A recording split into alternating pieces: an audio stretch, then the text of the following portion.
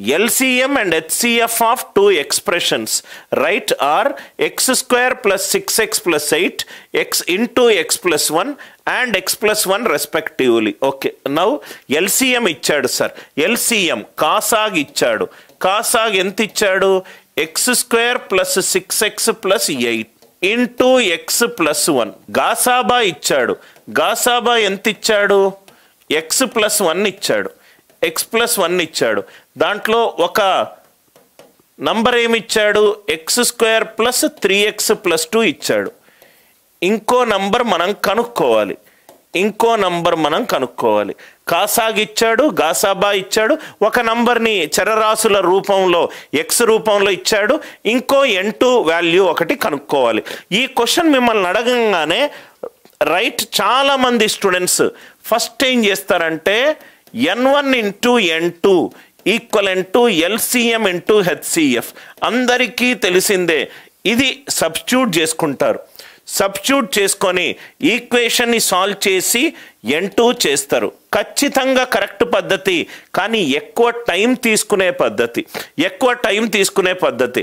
Square బదులు cube ఇస్తే ఆ క్యూబ్కి ఫ్యాక్టర్స్ కారణాంకాలన్నీ కనుక్కోవాలి, అప్పుడు కష్టం అవుతుంది. ఇది చాలామంది ఇలా చేస్తారు.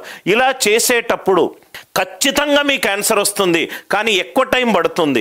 మనకు కాంపిటేటివ్ ఎగ్జామినేషన్లో మన ఎండ్ గోల్ ఏంటంటే కట్ ఆఫ్ క్లియర్ అవ్వాలంటే మన అటెంప్ట్స్ పెరగాలి. అటెంప్ట్స్తో పాటు మన అక్యురసీ కూడా పెరగాలి.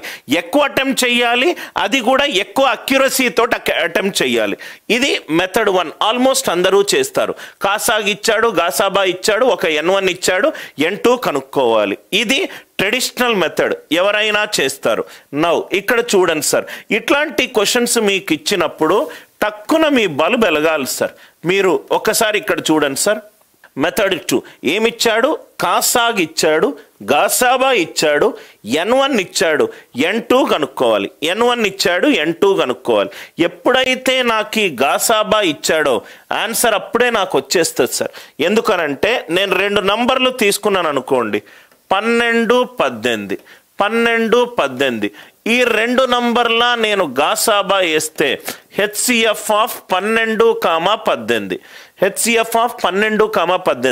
చాలా జాగ్రత్తగా వినండి. 2 నంబర్ల గాసాబా ఎలా కనుక్కుంటాం? చిన్న నంబర్ దగ్గరికి వెళ్తాం. 12. ఈ 12 18ని డివైడ్ చేస్తుందా? చెయ్యట్లేదు.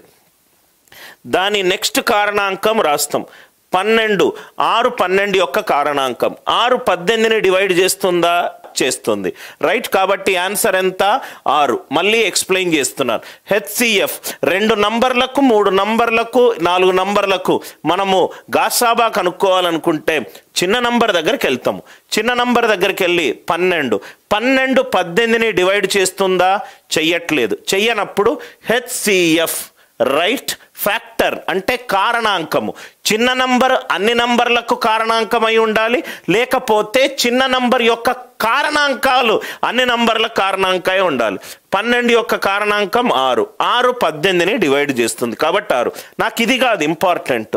నాకు ఇంపార్టెంట్ ఏంటంటే నాకు 2 నంబర్లు ఇచ్చి గాసాబా కనుక్కోమంటే ఈ గాసాబా ఈ నంబర్ని డివైడ్ చేస్తుంది, ఈ నంబర్ని డివైడ్ చేస్తుంది. అంతే కదా సార్. ఇప్పుడు మనకు కళ్ళ ముందు 3 నంబర్లు ఉన్నాయి. గాసాబా కనుక్కున్నాం. గాసాబా అనేది ఈ నంబర్ని డివైడ్ చేస్తుంది, ఈ నంబర్ని డివైడ్ చేస్తుంది, ఈ నంబర్ని డివైడ్ చేస్తుంది. ఇక్కడ ఇంకో ఎగ్జాంపుల్ చూడండి.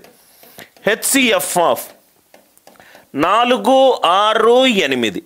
HCF of 4 6 8. చిన్న నంబర్ తీసుకోండి 4 మిగతా అన్ని నంబర్లను డివైడ్ చేయాలి. 6ని 4 డివైడ్ చేయట్లేదు.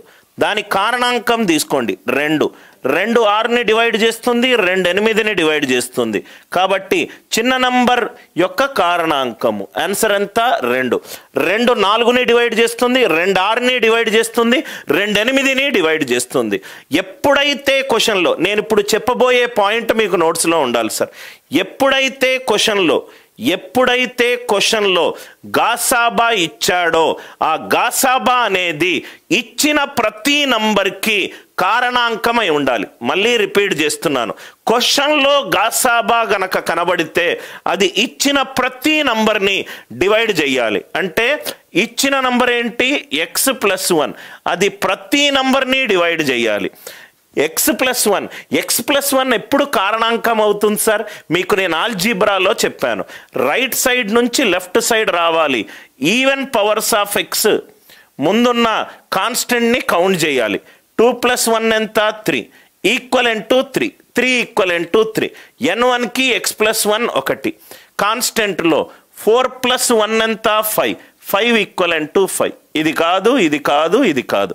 ఆన్సర్ చూస్తూనే ఉంటే సింప్లిఫై చెయ్యకుండా మనకు ఆన్సర్ వస్తుంది. ఈ క్వశ్చన్లో 2-3 ఇంపార్టెంట్ కాన్సెప్ట్లు నోట్స్లో రాసుకోండి. మొట్టమొదటి కాన్సెప్ట్, గాసాబా అనేది ప్రతి ఒక్క నంబర్ని డివైడ్ చేస్తుంది. ఆర్ హెచ్సిఎఫ్ అనేది ప్రతి నంబర్కి ఫ్యాక్టర్ అయి ఉంటుంది. ఫస్ట్ పాయింట్ క్లియర్ కదా సార్?